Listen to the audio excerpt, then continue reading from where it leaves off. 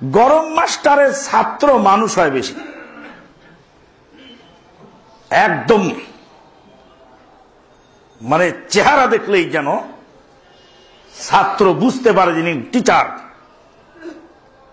কিন্তু ভিতরে থাকবে সফট কর্নার, বেলের মতো নরম।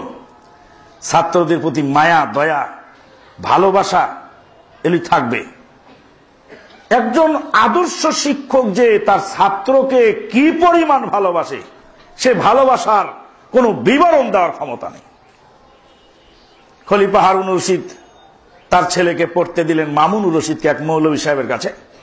মৌলভী সাহেব বেদম হারে প্রহার করে ছেড়ে দিলেন প্রথম দিনে। এমন মারা মারছে, মেরে একদম তছনছ করে ফেলেছে শরীরটা।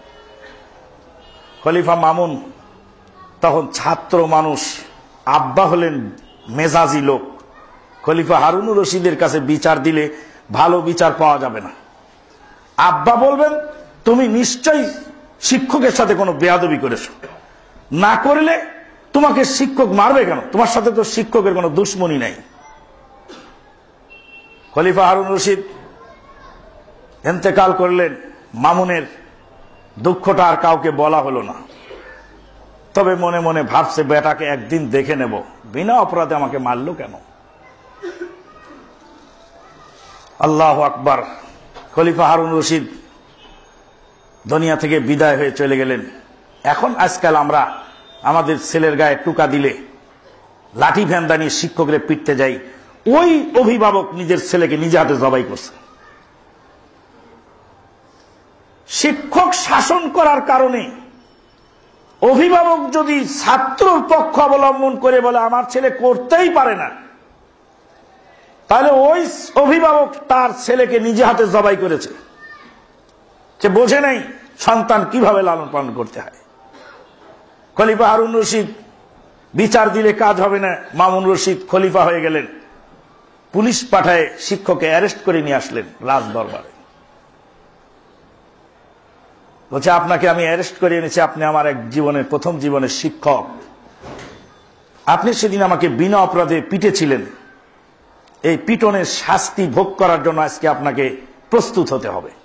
শিক্ষক হতে পারেন কিন্তু বিনা অপরাধে আমাকে মারতে পারেন না,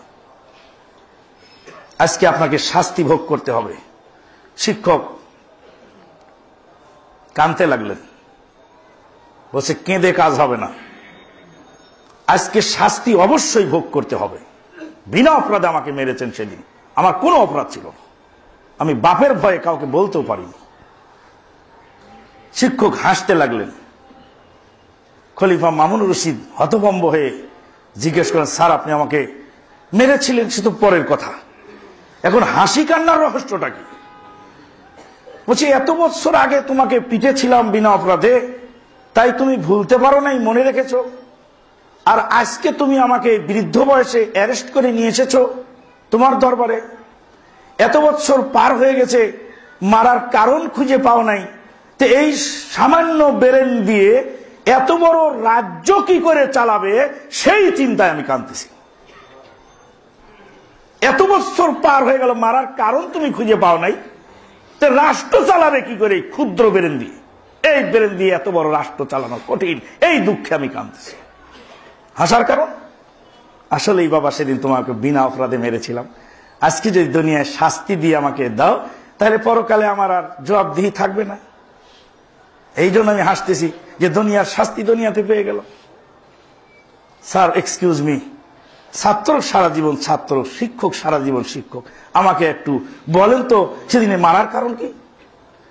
বলছে বেটা তুমি যেদিন প্রথমে আমার কাছে পড়তে এসেছিলে, তোমার মেধা, বুদ্ধি, তোমার ধীশক্তি, তোমার প্রত্যুৎপন্ন মতিত্বতা দেখে আমি হতবাক হয়ে ভেবেছিলাম তোমার বাপের পরে তুমি খলিফা হবে, তাই সেদিন আমি তোমার উপরে জুলুম করেছিলাম।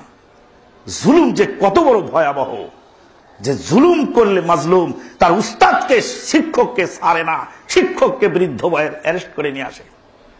তুমি যেন তোমার প্রজার উপরে জুলুম না করো, এই শিক্ষাটা দেওয়ার জন্য জুলুম যে কত কঠিন জিনিস সেদিন চা খাইয়ে দিয়েছিলাম তোমাকে। খলিফা হারুন মামুনুর রশিদ শিক্ষককে আলিঙ্গন করে বললেন যে স্যার, শিক্ষক সারা জীবন শিক্ষক, বাপ সারা জীবন বাপ। ওয়ামুর আহলাকা বিস-সালাত ওয়াসতাবির আলাইহা, তুমি কঠিন ভাবে ধৈর্য ধারণ করো। ধৈর্য ধারণ যে করতে পারে নাই, সে সংসারটা ভেঙে ফেলেছে।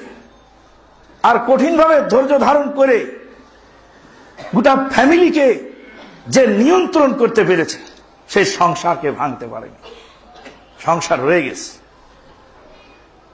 আল্লাহু আকবার। ওয়াসতাবির আলাইহা, সবুরের তুমি তালিম হাসিল করো, সবুরকে তুমি টেনে নাও কাছে, ঘাড়ে চাপায় নাও সবুর।